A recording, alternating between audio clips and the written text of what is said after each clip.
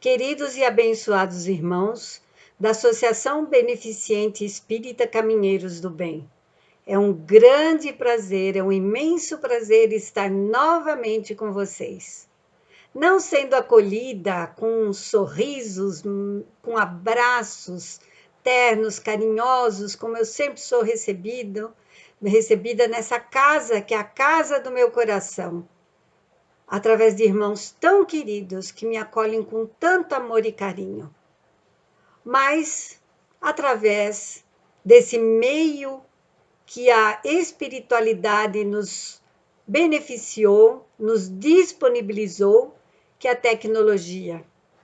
E hoje, com muito orgulho, venho falar do nosso aniversariante, mês de dezembro, onde na Terra se comemora o aniversário do nosso Mestre amado Jesus Cristo, do governador do nosso planeta.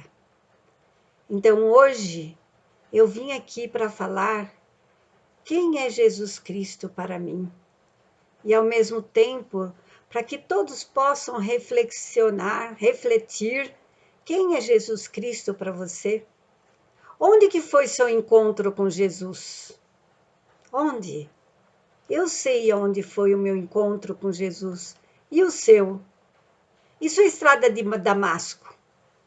Você já identificou aonde foi, em que período da sua vida você adentrou a estrada de Damasco?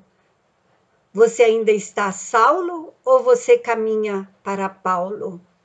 Então vamos refletir a respeito desses questionamentos para que a gente possa dar continuidade a esse trabalho maravilhoso que foi colocado em nossas mãos, que nós somos escolhidos para sermos instrumentos da mão de Deus, para que possamos colaborar com essa transição planetária tão magnífica, onde tantos trabalhadores espirituais nos assessoram e que nós orgulhosamente fazemos parte, e que temos que exercitar esse dom, essa oportunidade que recebemos. Então vamos primeiro agradecer a Jesus, agradecer ao nosso amado Mestre Jesus pela grande oportunidade de estarmos traçando a nossa trajetória rumo a Ele, ao nosso Mestre Jesus. Auxiliado por esses benfeitores, amigos amoráveis dessa casa abençoada, o diretor espiritual dessa casa, todos os trabalhadores, todos os espíritos que nos recebem, nos acolhem, nos tratam com tanto amor, tanto carinho, que nos auxiliam nas horas das dificuldades. Vamos agradecer a todos os médicos, enfermeiros, maqueiros, aos auxiliares, e agradecer também e pedir que Jesus ilumine a diretoria dessa casa abençoada, todos os trabalhadores encarnados também, todos os que vêm buscar ajudas, os assistidos, tanto desencarnados como encarnados, que possamos unir os nossos pensamentos em Jesus, para que todos recebam o auxílio necessário de acordo com suas necessidades. Mas principalmente que todo amor que gerarmos ao unir os nossos pensamentos possam se direcionar aos hospitais, às UTIs, às enfermarias, a todos os profissionais da área da saúde, que todos possam receber nosso amor e nosso carinho. Que assim seja. Então, meus irmãos, para falar de Jesus, eu não tinha outra forma a não ser narrando o meu depoimento do como encontrei Jesus. E que a presença dele é tão forte em minha vida, desde criança. Porque a partir dos meus 2 anos de idade eu comecei a conhecer Jesus. Eu era tão pequenina, meu pai, que se dizia evangélico, né? Porque ele não ia na igreja, mas ele mandava os 4 filhos. Quando eu tinha 2 aninhos, ainda não tinha minha quarta irmã. Mas todo domingo nós íamos no culto às 9 horas e às 9h30 à escola dominical, em uma igreja evangélica, a Igreja Evangélica Nazareno, onde estudávamos a Bíblia através de um flanelógrafo, que nunca vou me esquecer, onde eram fixadas as figuras de histórias da Bíblia através de um velcro. E ali que aprendi todas as histórias narradas na Bíblia. E tudo ali me encantava. Eu me fixava de tal forma que eu adentrava na história e eu gravei, sem muita dificuldade, várias passagens da Bíblia, vários capítulos, vários versículos, com muita facilidade. E também o que me chama a atenção hoje é lembrar do carinho, da paciência e a fé que eram passadas pacientemente em cada lição aos domingos na escola dominical dessa Igreja Evangélica Nazareno, no bairro Paraíso, em Santo André, São Paulo. Essa igreja tinha a coordenação do pastor Sr. Frederico, que eu sinto sempre, quando eu preciso da fé, é dele que eu lembro. Ele era o nosso pastor.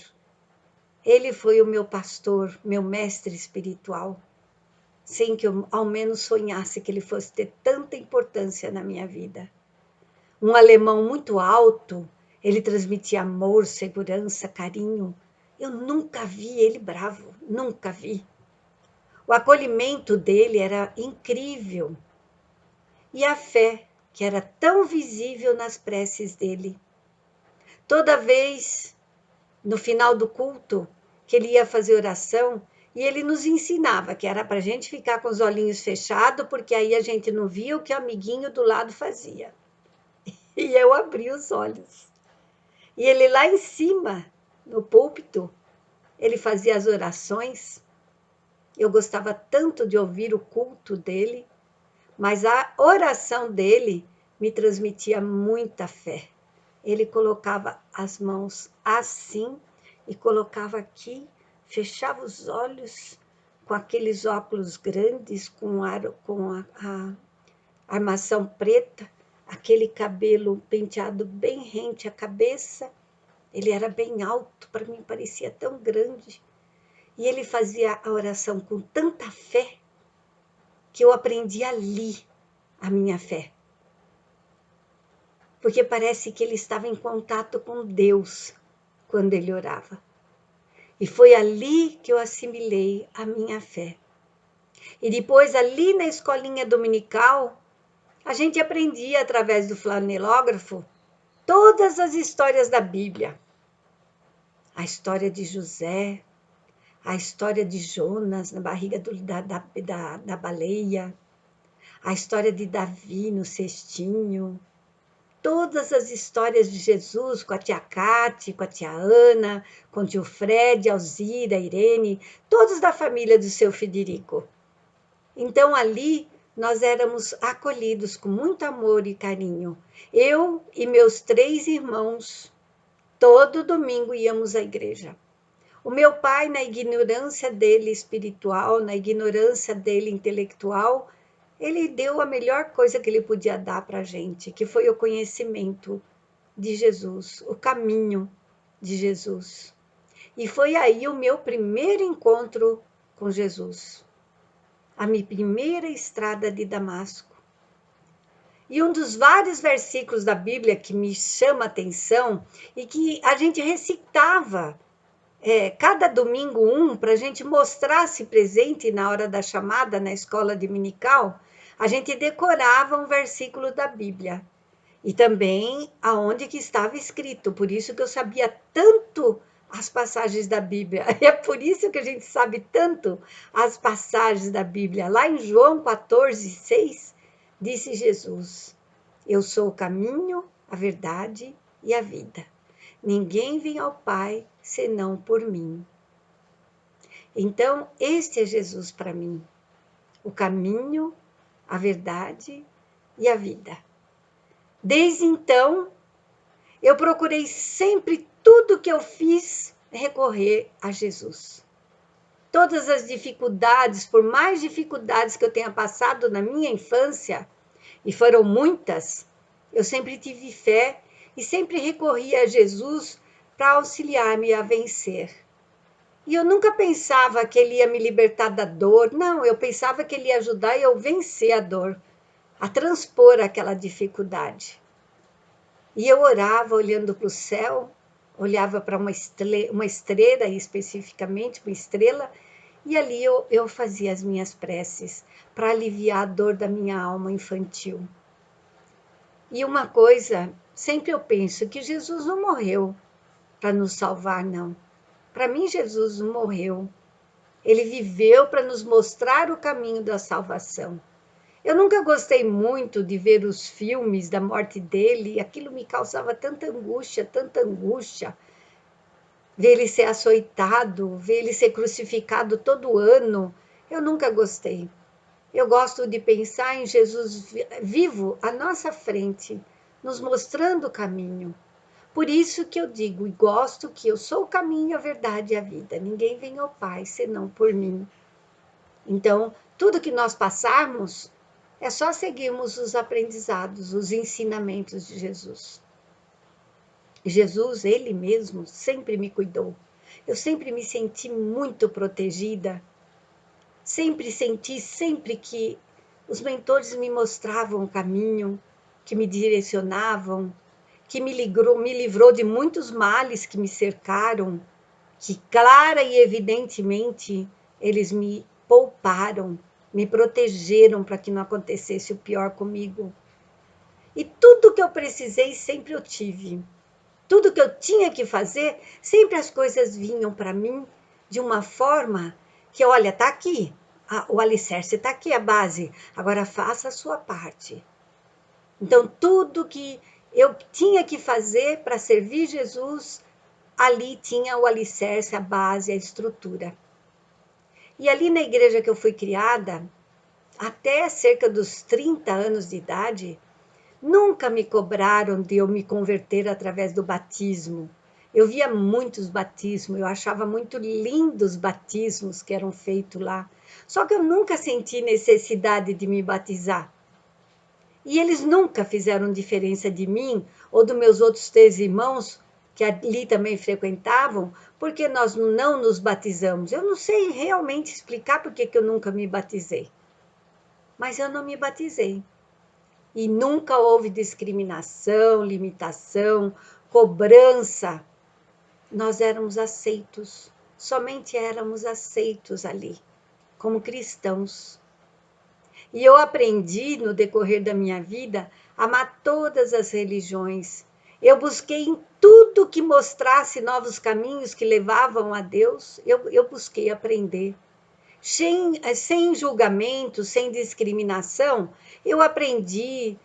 Eu fiz com 15 anos curso de parapsicologia, eu fiz li vários livros de outros ensinamentos, de outras seitas, o budismo, o taoísmo, tudo que vocês possam. Estudei com o Testemunho de Jeová, com a Adventista, frequentei a católica, porque minha sogra era extremamente católica, e quando eu fui para casar, o meu pastor falou: minha filha, Deus é um só, faz a vontade da tua sogra.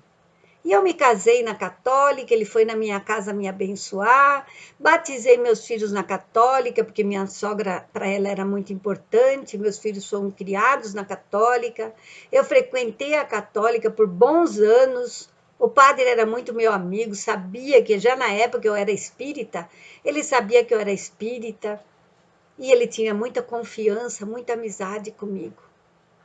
Então, nunca houve discriminação da minha parte por religião e por condição nenhuma do ser humano, porque cada um tem o seu tempo, cada um tem a sua hora, cada um tem a sua forma de chegar até Deus.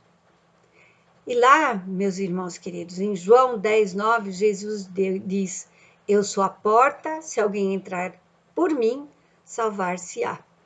Só que existe a porta estreita e a porta larga. Eu lembro quando era criança, tudo para mim era como se eu visualizasse, como se fosse num filme tudo o que estava sendo dito. E como entender essa afirmação, então? Que tudo que ele ensinou é o caminho da salvação. E o que ele ensinou, mencionado lá em Marcos, capítulo 12, versículo de 28 a 31, a gente resume dessa forma: amar a Deus sobre todas as coisas e ao próximo como a si mesmo. E aí eu me pergunto, e pergunto a vocês, como que nós amamos ao próximo? Através da prática da caridade, tudo bem. A caridade material é muito fácil. Então, não só através da caridade material, mas sim da caridade emocional, respeitando as limitações e o tempo de cada um, da caridade espiritual, que é a escolha de que cada um como quer seguir a Deus e aceitar o outro como ele é. Dessa forma que eu vejo que a gente deve fazer a caridade. E foi assim que eu aprendi, através do exemplo de como sempre fui tratada, como uma irmã em Cristo, mas não como alguém que tinha que seguir à risca tudo que era ensinado lá na igreja. Nunca foi exigido que eu me batizasse ou que eu fosse. Não, nunca foi. Eu sempre fui ali acolhida, amada, abençoada. E a minha estrada de Damasco? Minha estrada de Damasco, meus irmãos, foi muito tortuosa, muito cheia de desafios, de provas, de sofrimento, de dor, solidão, abandono. Só que eu nunca, em momento algum, duvidei uma só vez de que Jesus caminhava ao meu lado, que me amparava, que me sustentava, que me mostrava o caminho do bem, que me mostrava caminhos. Muitas vezes, é claro, eu nas minhas limitações emocionais, nas minhas limitações do inconsciente, as resistências, as verdades do meu espírito, eu tive muita dificuldade também. Mas ele me mostrava o caminho e me dava força e me mostrava o porquê de tudo. E isso foi um consolo para mim e sempre me deu forças para prosseguir. E meu anjo abençoado, meu querido e abençoado mentor, que está aqui do meu lado, foi colocado carinhosamente ao meu lado e nunca me desamparou também. Sempre me ofereceu ajuda quando eu pedi. Eu só tive que aprender a entender a forma de ouvi-lo. Eu reclamei muito com ele, que eu não conseguia ouvi-lo, que eu não conseguia vê-lo, eu me considerava uma escuro-vidente. Eu não tinha capacidade nenhuma. Então, nas piores horas da minha vida, ele foi me mostrando, através de mensagens, eu tenho várias pregadas aqui no meu escritório, cada uma de um período ruim da minha vida que me ajudou muito, mas através de mensagens que eu procurava no YouTube, de palestras que eu mesmo monto, e que quando eu vejo aquela palestra é para mim, é para o que eu estou passando, é para o que eu tenho que aprender. Então eu estou falando aqui para vocês, mas eu estou ouvindo com 2 ouvidos. Então eu aprendo muito também, porque meu anjo, porque os mentores espirituais que me assessoram me mostram, através da palavra de Deus, através dos ensinamentos de Jesus, qual é o caminho que eu devo seguir. E como que a gente ama o nosso próximo?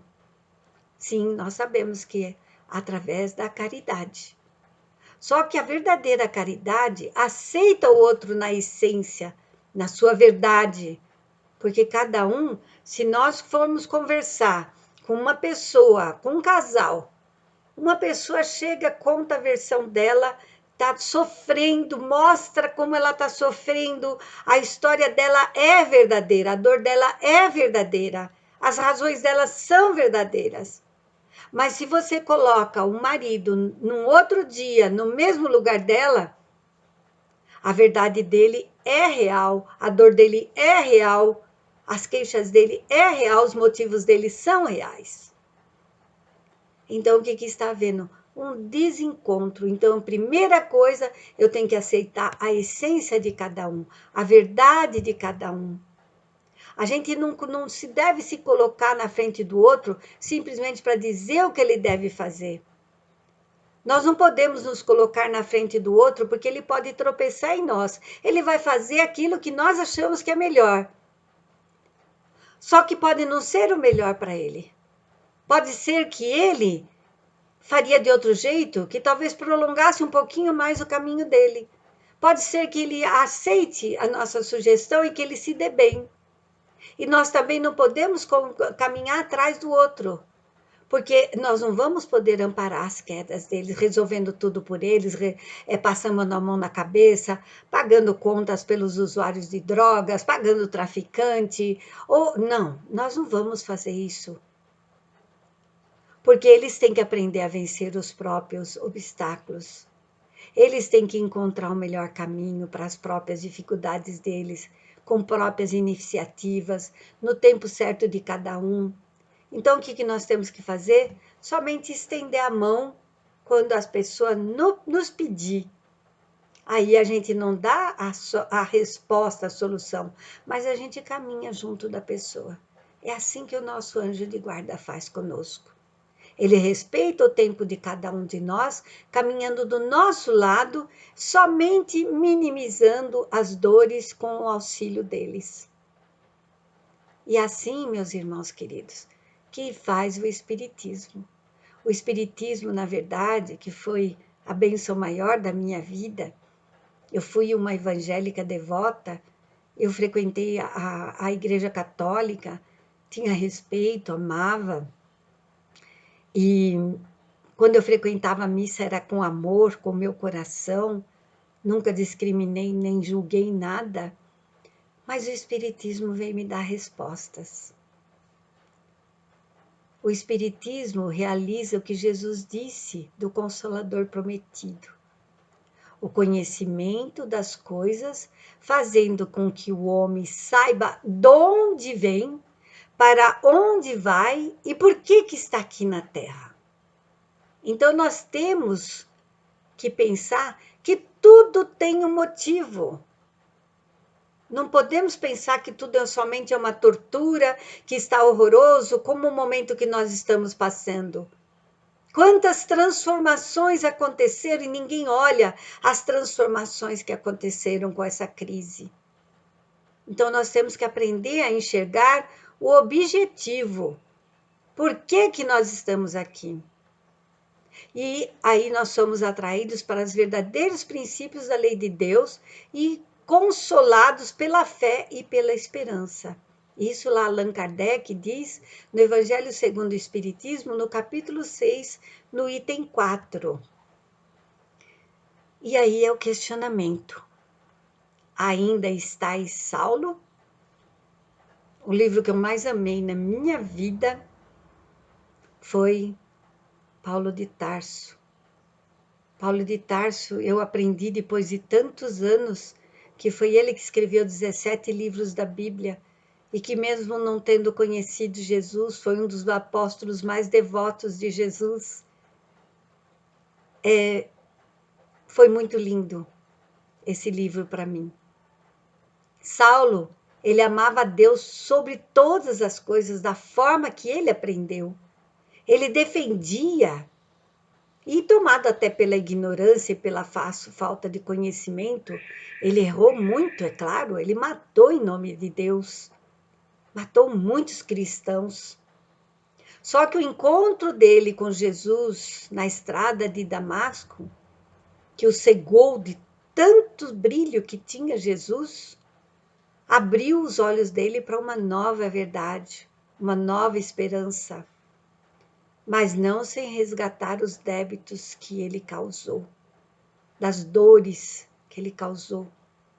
Ele sofreu ali também as dores do arrependimento, as dores do sentimento de culpa, da solidão, do abandono da família, dos entes queridos. Ficou 2 anos no deserto sozinho, para se encontrar primeiro consigo próprio, para que depois ele se tornasse Paulo. Então eu me considero que eu estou a caminho do caminho de ser Paulo, do aprendizado de Paulo.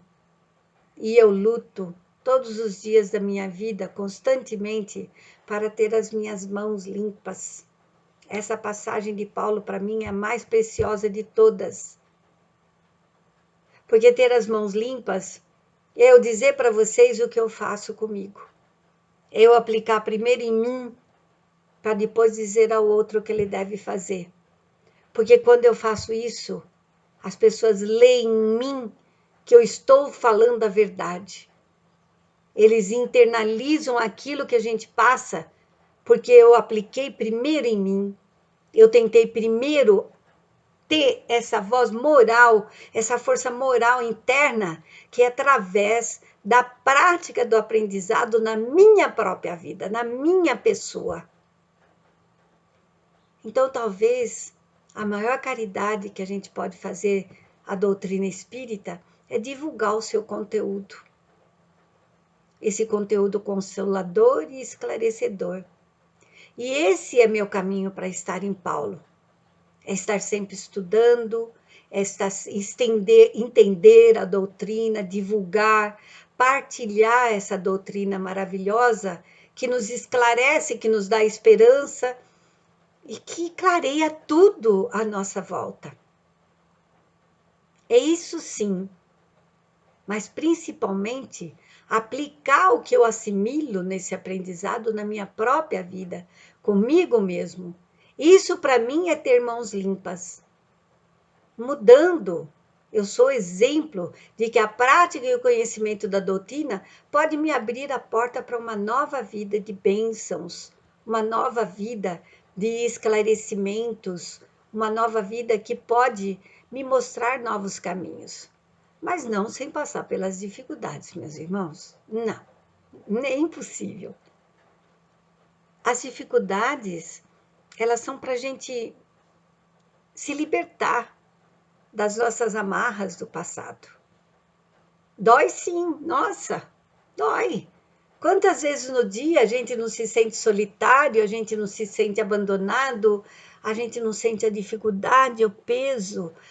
Mas aí surgem essas possibilidades, por isso que eu falo, não me agradeça nunca por eu estar falando às pessoas, porque para mim esse é um meio de falar a mim mesma, de aprender primeiramente a eu aprender, de eu estar estornando os meus débitos, de eu estar liquidando os meus débitos.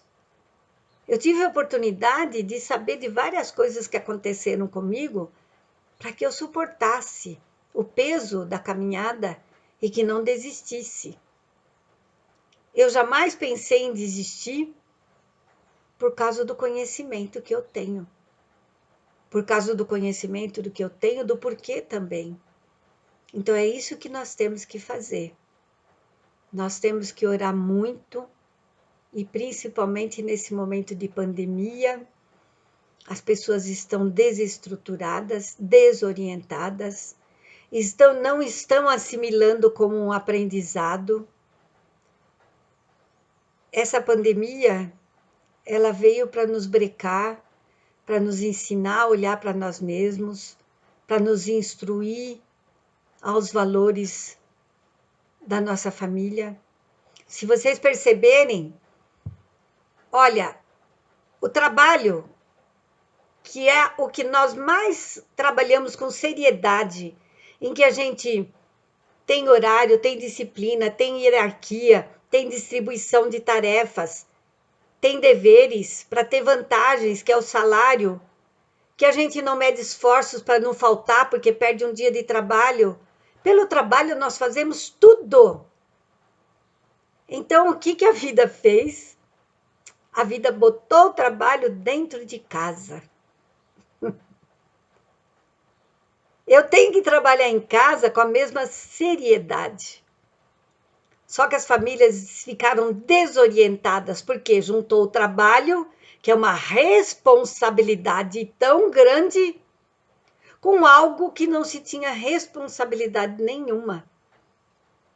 O nosso primeiro trabalho, nossa primeira empresa é nossa família. Tem horário, distribuição de tarefas e atividades, deveres ao invés de só vantagens, falar com respeito ao invés de gritar, berrar, gritar, acusar, xingar, não respeitar um ao outro, não há respeito entre pai e mãe. Como vai haver respeito entre pai e filho? Os pais não ouvem mais os filhos, os pais não abraçam, não acariciam, não ouvem, não dão risada juntos. Agora no trabalho dá tempo, até para o happy hour. Até na hora do almoço, quando vão almoçar junto, dão risada, se divertem. Agora em casa é só para brigar e para ficar vendo no celular, olhando no celular. Então, será que o trabalho não foi colocado dentro da nossa casa para a gente aprender a criar um cronograma hierárquico e distribuição de tarefas? Disciplina, disciplina, disciplina? Então, vamos pensar nisso. Vamos pensar nisso porque a desestruturação que a gente está vendo dos jovens, ai, eu preciso sair, eu não aguento mais, os pais, ai, coitado, deixa sair, eles já não aguentam mais. Mas, meu Deus, não aguentam mais, ninguém está aguentando. Como que eu vou ensinar responsabilidade para o adolescente, compromisso com a vida? Eu vi um vídeo em espanhol que o rapaz está numa festa, numa balada e atende o telefone e a mãe, a abuela está muito mal, a avó está muito mal, a avó está muito mal. E o neto fala, mas como, mãe? Como? Ela está bem, ela não está bem? Não, meu filho, ela está com Covid, ela vai precisar ir para a UTI, vai ser entubada. Eu não entendo porque ela estava em casa, nós tomamos todos os cuidados, todos nós. E ele, com o copo de cerveja na mão, ele abaixa o telefone e abaixa a cabeça. Porque ele sabe quem foi o responsável. Então, nós somos capazes de não dizer não para os nossos adolescentes, sacrificando eles a carregarem um sentimento de culpa a vida inteira. Se um avô, uma avó, uma mãe ou um pai morrem por causa da irresponsabilidade dele. É claro que vai morrer com a permissão de Deus, mas com a responsabilidade dele. Então, nós temos que repensar nas nossas atitudes de deveres, de responsabilidade, de afetividade, de disponibilidade em casa, de a gente fazer um lar prazeroso, que o jovem não precise sair dali para se livrar de tamanha loucura ali dentro. E orarmos, meus irmãos. Vamos orar pelos hospitais. Nós estamos novamente com a pandemia em aceleração. O que acontece com os pacientes de UTI já naturalmente é uma demenciação, devido ao estado de proximidade da morte, o medo da morte, e os remédios, as medicações fortes desencadeiam uma demenciação, que o paciente perde o controle, os médicos ficam exaustos até pela energia. Meu filho era médico de UTI, ele parou agora porque ele realmente não aguentava mais, mas ele fala que muitos pacientes têm que ser até contidos, tal é a demenciação. Então, imagina o esgotamento da equipe médica, da equipe de enfermagem. Então, vamos orar, meus irmãos. Vamos orar todos os evangelhos que fizemos, todas as orações que fizemos. Vamos mentalizar, nós passarmos essa energia para os médicos, para os enfermeiros, para os atendentes, para os da cozinha, para os da limpeza, para os pacientes, para os desencarnados, que não se conformam, que partiram de uma forma tão abrupta, que nem velório tiveram, que mal se apercebem fora do corpo, já estão embaixo da terra. Vamos mentalizar todos. Vocês não têm ideia do quanto pode melhorar um ambiente do hospital. Eu me pensei, juro para vocês, de me disponibilizar como voluntária, como enfermeira, porque eu sou técnica de enfermeira, de enfermagem também. Mas eu pensei, ou meu anjo me falou, né? Eu posso fazer isso à distância, eu não preciso ir lá. Eu posso fazer isso à distância. Eu sinto na minha mão a força da minha energia. Quando eu oro, essa energia chegando até eles. Então vamos orar. Vamos orar para encerrarmos esse nosso encontro.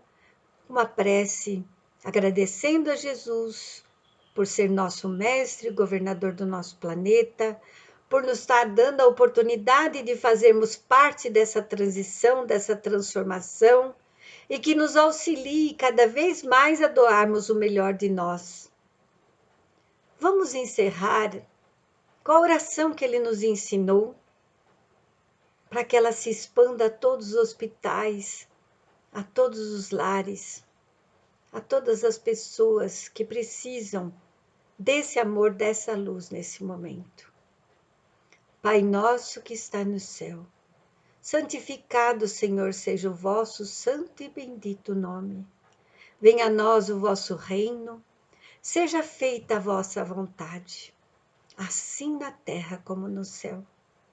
O pão nosso de cada dia nos dai hoje, perdoa, Senhor, as nossas dívidas, assim como nós perdoamos aos nossos devedores. E não nos deixeis, Senhor, cairmos em tentação ou nos perigos dos males, mas livrai-nos de todos eles. Pois teu é o reino e o poder e a glória para todos sempre. Que assim seja, Jesus. Que assim seja. Obrigada, queridos irmãos. É um prazer enorme estar com vocês e logo estaremos juntos. Que Jesus nos abençoe. Um feliz Natal a todos. Mas o Natal aqui, ó. Natal de Jesus, não o Natal material.